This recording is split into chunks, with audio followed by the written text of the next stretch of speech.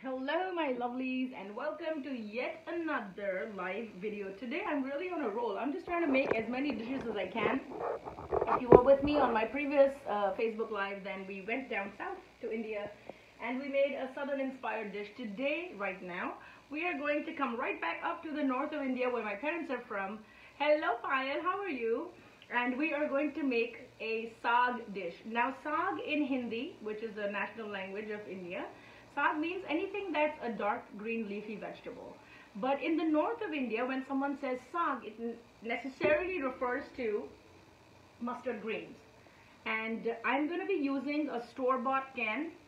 I've done it with fresh greens, and so this is what I'm going to do with a store-bought, so you can see what it looks like. This brand is called Mitchell's, and I think it's a Canadian or British company. And this can is easily available. Now mustard greens have a little bit of a brackish kind of a taste to them. And usually what we do in our restaurants is that we combine it with spinach. This is fresh spinach that I'm using. All I did was, actually, you know, let me just flip the camera so you can actually see what is going on. What is this lady up to already? I'm always up to something, right? So this is one bunch of spinach that I actually microwaved for 5 minutes. With some salt and with some baking soda. You see how it's still bright green?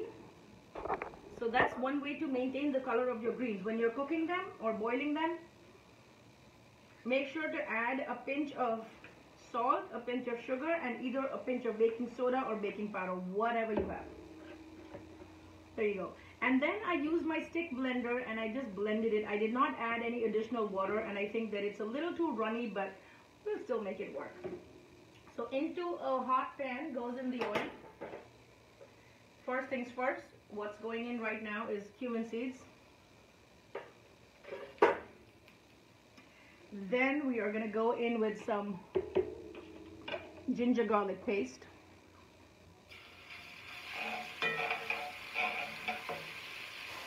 Now in a traditional North Indian situation, the tempering for the saag or the tarka is always done with ghee, but I'm using light olive oil. If you love, really a great idea to use ghee for any of these dishes. And also, even though the base of the first tempering is ginger and garlic, there is an additional tempering that goes on top of this mustard green dish before it's served, and that is that of only butter and garlic, just to give you a good mouthfeel. So wait for this to roast up. He needs to stop calling me. Okay. And I can actually smell it. You'll also see the color will change and it will almost become granular. So when your ginger garlic paste becomes granular in the pan, you know that it's time to add your next thing. Okay. So I have 2 large onions that I've taken, and I'm going to cook these down. You don't want them to be completely cooked. You want them to be translucent. A lot of people don't add any onions or tomatoes to their saag, and they only add ginger garlic and ghee. That's all they do, and you know, it works. So now if you were working with fresh mustard greens, the way you would boil it, it's a little different from when you live in India to when you live outside of India. For anybody that does not live in India and wants to get the same taste of India in their mustard greens, when you boil it, use a little piece of broccoli and use a little piece of turnip, which is shalgam, okay? And then you boil it with a couple of green chilies, a tiny piece of broccoli, and a tiny piece of turnip. And what that does is it gives it that deep flavor of the same mustard greens exactly as you get in India. So if you're going for the authentic touch, that's what you need to be doing. If you live in India, of course, you have exactly the way it's reared or created. You have the same exact mustard greens that our ancestors were eating, so I don't think that's a problem at all, right? So I'm going to turn up the heat because I really don't want to hold you here forever. And I'm going to bring the focus back down to the pan. So if you were working with fresh mustard greens, you would boil them, you would cut them into small pieces, rinse them really nicely, boil them with the turnip and the broccoli, and then you would also use a stick blender. Just make sure that it's not hot when you're blending it because the heat from the blade and the heat of the mustard greens actually destroys the taste. If you have one of those hand whisks or the potato mashers, I know it's a lot of arm power, but it really gives you a good taste if you use that. So back in the day, I remember with my grandmother, she had like a wooden ladle, and then she would just go like that, and it would literally mimic the motion of like a lassi maker, and she would thin out the saag, the boiled saag with that. Unfortunately, ain't nobody got time for that, bro. This is New York, so I don't know what kind of time you want to spend. But if you have a bunch of boiled greens, you can always temper it and, you know, bring it to life whenever you're ready. So some of the other things that are going to go into this is also tomatoes. A lot of people use tomato puree. Restaurants almost always use tomato puree and never fresh tomatoes. But again, it's up to you. Also remember, whenever you work with anything that is a green leafy vegetable, first of all, make it without oil. Second of all, watch your salt and your sour. Those are the two things you have to watch for, because greens are just, actually they tend to be a little bit salty side. Yeah, it sounds weird when you hear it from someone's mouth, but if you actually boil any green leafy vegetable and did not put salt in it, just put it to your tongue after it's boiled and you will feel the saltiness. And because it shrinks down, you want to be very careful when you're adding the salt, because you don't want to be ending up with a ton of salt in your saag. So just add the salt quite mindfully. Now this is the part that takes the longest time. At this time I'm going to go ahead and juliennes only because I have them and I'm crazy about them and I like the crunch of it. Believe it or not, when I was a kid, I hated ginger julienne. And my mom would put it in everything, and I was like, why can't you just grind it instead of putting it? But now, honey, I love it. Okay, now I'm going to also add one thing to this. Look at this. This is a dry fenugreek herb. And if you have ordered the masala box from me, oh, by the way, this one was sold out yesterday, so we won't have this in stock for a while because these come from India, and I don't know what the shipping situation is. So yes, these are sold out, but you can still buy the spices separately on my website. This is a dry fenugreek herb, okay, and this is actually a green that is dried and preserved, and then you add it to all of your North Indian dishes. It gives it a nice earthy flavor. The only thing is, whenever you use it in your dishes, just take the time to crush it between your palms. The warmth of your palm and the friction actually helps to release the oils and the aromas in the dry fenugreek. So there's a lot of this that they also use in Persian cooking. I don't know if anybody is tuning in from Iran or has Persian heritage. This is a very common herb that is used in Pakistan, in Iran, in a lot of their dishes as well. Okay, so now I like to keep my saag a little chunky and I don't like it to be smooth. However, if you're making a restaurant style palak paneer or something, then even after you make the tempering, you're going to blitz it with the hand blender completely smooth. You definitely want a little bit of a texture. Okay, you can see that this is nice and brown. It's not golden brown or caramelized, but it's translucent. And I think I just want it to be at that stage. The oil has started separating, so I am going to go in and not overcook my onions, but I will add, this is 1.5 tomatoes, but I don't think I'll add all of them because the saag tends to be a little on the sour side. So I think it only needs a little bit of a help from the tomatoes. It doesn't need to be a tomato-based dish. Okay, so I cranked up the heat a little bit, and also my standing instructions for anytime you add tomatoes to a dish, add salt so that it's going to help pull out the moisture and disintegrate the tomatoes really quickly. Now in a green dish, you always put just a hint of turmeric, not too much, right? Give it a good stir. Let me see if I can find the cover for this. That really helps to speed things along, right? Yes. And I know that you're not trying to stay here all day. I mean, yeah, I have things to do do. You have things to do too, but it's always fun cooking together, right? What do you think? I'm just going to take this moment and say a quick hello to all the people that are tuning in, because this is going to take its own sweet time. So I have Pyle Rora, who is tuning in. Hello, Pyle. I have April. What a sweet name, April. I have Ursula. Oh my God, where you been? I have not seen you in a long time. So I hope you're doing well. I haven't seen you in any of my lives. It's been a minute.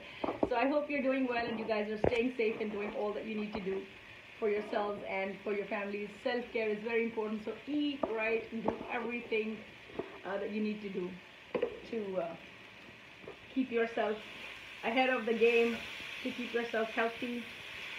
So health is the real wealth, right?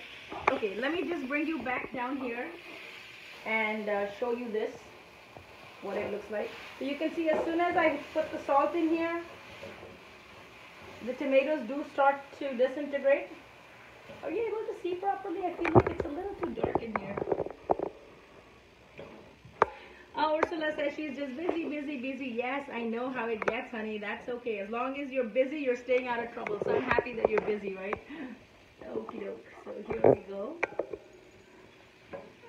And I'm going to just briefly cover this, but I can tell you already, just the aromas that are coming out of the fenugreek leaves that are releasing their aromas into the hot oil. And I will also add some coriander powder. Now, if you've ordered the masala box, it already comes with, so you really don't have to buy 100 things to make any of the food, either from my lives that you see or from my book. If you ordered the masala box, you got it all. If you ordered the spice refills, that's pretty much those 5-7 spices, and all of Indian cooking that I teach is contained in those 5-7 spices altogether. Okay, so I'm going to give this a couple of minutes so that it will disintegrate. This is freshly ground coriander, and it comes from a seed. This is the seed from which cilantro grows, actually. So yeah. All right, now going back to this, you can see it's pretty thick. I'm cooking this for 4 people. And see how dark it is? So sometimes it's also the way it's processed. Sometimes it's the additional things that they put in the can. But I've tried this brand, and it really is very close to the kind of taste that we get in India. So I highly recommend it. Look at my camera doing crazy things. It just keeps going down. And now it cannot go down any further. So how low can you go? Maybe it's one of those things, right? Oh, by the way, if you are on my mailing list, I did send out a survey, and I really needed your help. So I was trying to find out what are the reasons that make you come to my page. And you can pick and choose your choices. And if you've bought a product from us, like if you've bought the spices, if you've bought the book in the past, if you've bought anything from Queen's Curry Kitchen, what is the thing that you like about it? What is the thing that you didn't like about it? So help me along. If you see that email in your inbox, take a minute and please answer it. It just helps me to refine my offerings better, so we can all be more happy with what we are sharing. So it doesn't take too much of your time, hopefully. If you get a chance, please fill out that survey. Okay, so you can see the tempering is actually evolving. These are all the different stages. And all I'm doing is I'm just mashing it down with the back of my spatula. You know what? This is the wrong spatula. I have a different spatula for my savory stuff and a different one for sweet stuff. And this is for the sweet stuff. You know? Not going to use this because there'll be no way I can take out the ginger garlic smell. So all the black handles are the ones for the savory stuff. Okay, so we're going to cook this down. Now ideally I would add a little bit of water to help to disintegrate this thing, but because I already have this very liquid blanched spinach, I'm probably just going to use a little bit from here and bring it in just to deglaze the pan a little bit. There's really nothing to it, right? And basically just help to mash this with the back of my spoon so that it's chunky, but it's also kind of not raw. Okay, so it's all in the tempering, and you can pretty much use this technique for anything that any greens that you're using. Of course, a simple tempering of just ghee and garlic or butter and garlic is always great as well. Right? So this is happening. If you get impatient, you can always go in with a potato masher and get all your aggression out. I feel like the back of the spatula works really well. Some of the other spices that are going to go in is the Indian curry powder, which I have right over here. Like I said, if you have this box, you got it all. So this goes in a generous amount. In goes some paprika. If you use cayenne pepper, you can use that. That's totally fine. I'm going to put some dry fenugreek herbs again. And I will put some Indian garam masala, which is like the allspice. No salt yet. Whatever little bit I just put to draw out the moisture from the tomatoes. Keep cooking this down. And you'll see the moisture will keep evaporating. Your pan will keep getting deglazed. I promise you it's not going to take very long. So I'm going to cover this for a brief second. If you have any questions related to Indian food or any questions... oh, Ursula, it's really not a green paste. I was actually sauteing some ginger, some garlic, some onions and tomatoes. And I wanted to deglaze the pan. So instead of adding water, I actually just added the spinach that I blanched and blended in the blender. So this is really fresh spinach that I took the entire bunch. I cut off the ends, I trimmed those off, and I took the whole bunch and I steamed it in my microwave for 4.5 minutes to 5 minutes. You can also do this on a stovetop.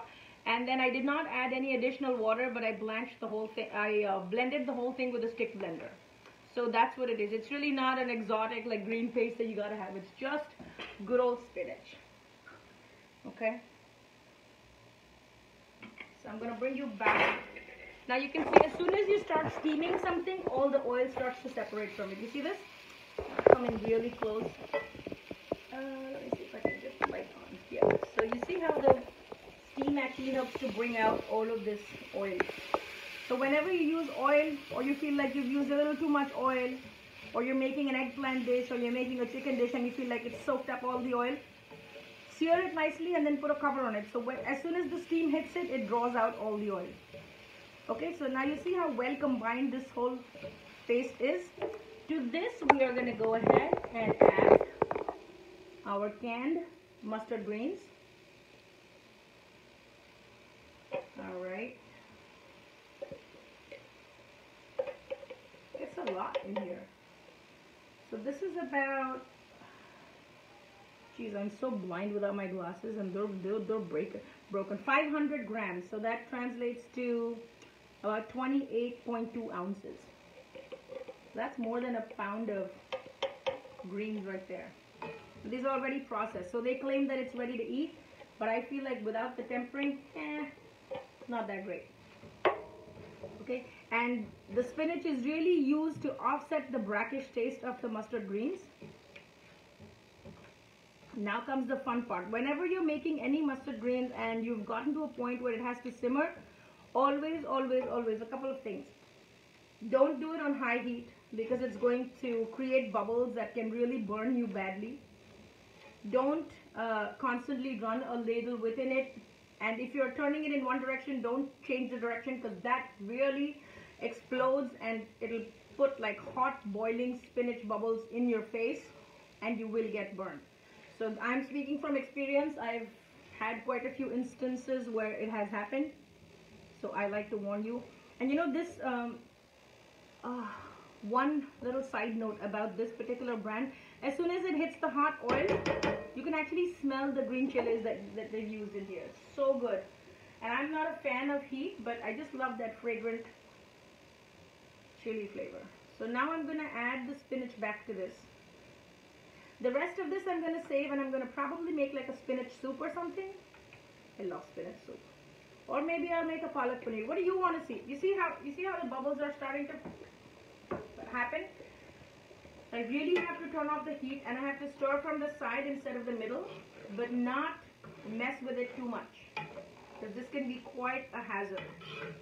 If you wear glasses, that's great. If you don't wear glasses, just step back. Use a ladle with a long handle so you're not in the face of the bubbling greens. Especially the saag. Any kind of saag you make, it always tends to bubble up like this, and you really want to be careful. So just respect the medium, because this monster can get out of hand very quickly. You're seeing I'm not stirring it in, I'm only scraping the sides. But you see these little pockets that are happening? That's the danger zone right there. It's like a lava like a volcano. You don't want to be near that volcano. I'm going to turn the heat all the way down because I still have to test for salt, right? So I'm going to give it a gentle stir. It's easier to stir it once the heat is down low because it's less intimidating that way, but only stir in one direction. Don't try to do it this way and then come back because that really triggers it. And then of course scrape the sides so that it doesn't get burnt and crusty. I'm going to do a final check for seasonings and see what else it needs. Oh my god, that taste is so good. See, it's already sour. So it certainly needs salt. It needs more curry powder. It needs coriander powder. Yeah, I just eyeball everything. So, you know, if you learn with me, you will learn to cook by intuition. And if you have not taken a class, honey, it might be the time to take a class with me. You can find all the class information at queenscurrykitchen.com. For all the people who just bought the book, I think in the last couple of days I had like 7 or 8 people that have downloaded the book or ordered the book. Some shipments have gone out. Of course, the download is instant. But for the hard copy requests, some shipments have gone out and some are going out today. So thank you for your love and support. All the information is at thequeenscurrykitchen.com. Okay, I'm going to turn this up a little bit. And the last but not the least thing that goes inside every saag dish, and it's not a surprise at all, is either cream or white butter. You see, this is heavy whipping cream. So either cream or white butter or whatever you can to make it nice and rich. See, it's already starting to bubble, so I have to literally step back. I'm going to save a little dollop of cream, not sour cream, heavy whipping cream. Okay, so all the flavors are balanced. It's all in there. And I'm going to let this simmer for a little bit. There you go. In the meantime, I'll show you really quickly how I make the final tempering for this. So now I can turn up the heat because it's covered and I know that it's not going to splash in my face. If you have any questions so far, let me know so I can answer them for you. I have Sukhbir who is tuning in. Hi Sukhbir, welcome to Queen's Curry Kitchen. I also have Shumana Chakraborty, so welcome to Queen's Curry Kitchen. Hey, ordering the masala box. You are the last person who got dibs on the masala box, so yay! It's shipping tomorrow. So you'll get all the spices, you'll get the masala box, and you will be jamming. And the book, of course. Alright, so last but not the least, the final step, which is to add the tempering to the saag. And this is a dish actually that gets better every time you eat it a day later. This is one of those things that actually tastes better with time. So, you know what, maybe I should switch these two. Let me do that. I'm gonna put this here. There you go.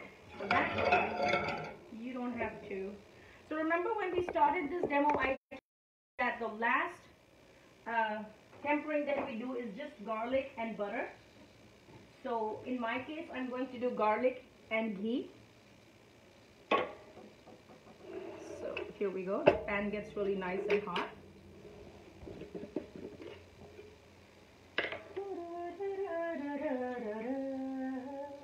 Yes, I love to sing. Let me know if you want to hear a nice song from an Indian movie. I know you won't understand the words, but I'm happy to sing it for you. How many of you like to listen to some music when you're cooking your food, right? Do you like to do that? I love to do that, right? You know why? I feel like it changes my entire mood, it changes my energy, and my food absolutely tastes so much better because I'm really putting all my love and I'm in a nice, lighthearted mood.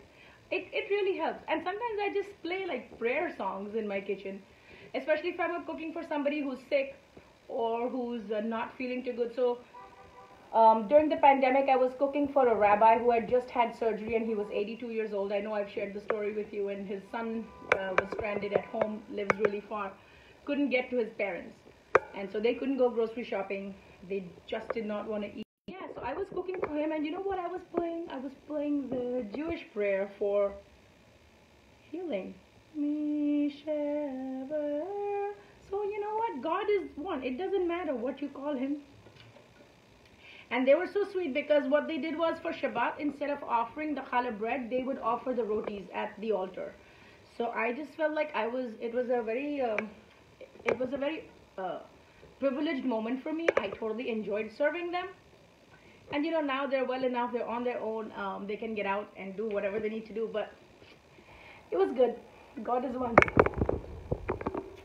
Alright, got emotional a little bit, but you know what? Whatever you get from me, whatever you buy from me, whatever I share with you, whether it's free food, whether it's a recipe, I always do it with love. And I hope that you're able to receive the same love. You know, you're receiving it, you're not receiving a product, you're actually receiving the love that I'm putting in a package. The way it's packaged, the way it's wrapped, the way it comes with a thank you note, it's really just my way of saying thank you and appreciating and acknowledging all the love and support that you show me. So that's all I'm doing. I'm really just returning you what you are doing for me. I'm not doing anything special. It's just who I am. And kindness is my biggest currency. Not the bank balance, not any other wealth. Okay, I need a minute to wipe off my tears, right? Okay. Alright, so I just added ghee to this pan. It's nice and hot, smoking hot. We're gonna go ahead. This is just garlic that I peeled and blitzed in the blender. And this dish actually calls for a lot of garlic. So if you love garlic, you're gonna love this tempering, right? So just that. Some people also like to add green chilies at this stage. I'm not a fan, but hey, if it's your thing, go for it. So we really have to cook this garlic very, very well so that there is no raw smell of the garlic in the saag. At this point, you also want to add a little bit of asafoetida just to wake it up a little bit. And you want to keep on sauteing this. If you feel like it's still, add a squirt of oil just to help to come out of it. But at no point should you leave this unattended because you want the garlic to be roasted and toasted but not burnt. And this is the garlic that will have the granular texture in your mouth when you're serving this dish. Also, you can add some dry fenugreek herbs so that they'll get fried and they will infuse the oil with their aroma, and it's a really good taste when you get it. And this thing is going to get laid on top of your saag, so it's really, really tasty. Okay, my kitchen is full of some beautiful aromas right now. Okay, so you're seeing I'm just working it into this thing. Let me take a quick look at how the saag is doing. Every time you open the lid, make sure you turn the flame down like I'm doing right here, and then only open the lid. Step away from it. You don't want to be burnt by the steaming bubbles of the hot saag. Give it a gentle stir. Are you able to see? Give it a gentle stir. Okay. Now turn this off. You see how this is kind of almost doing its thing? To this, I'm going to add this thing that's going to make it sizzle.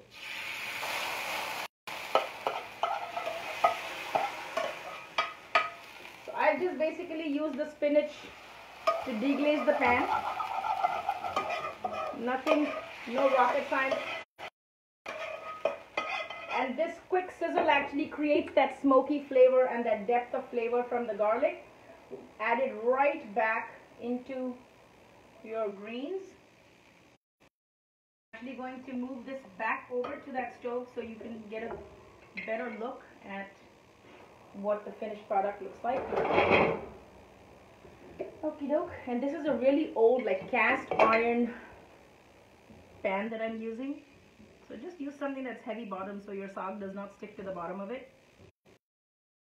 And of course, before serving, this will be served with a shit ton, like, excuse my French, but a shit ton of, like, a dollop of butter right in the middle. Now, my mom also likes to add just a hint of sugar to this. Don't ask me why, but she always says to add a little sugar to your saag. I don't know. So So there you go, just a pinch. I'm not looking for a dessert at all. Okie doke, so that's that. I am going to let this simmer for a little bit, and gradually you'll see that all this watery texture is going to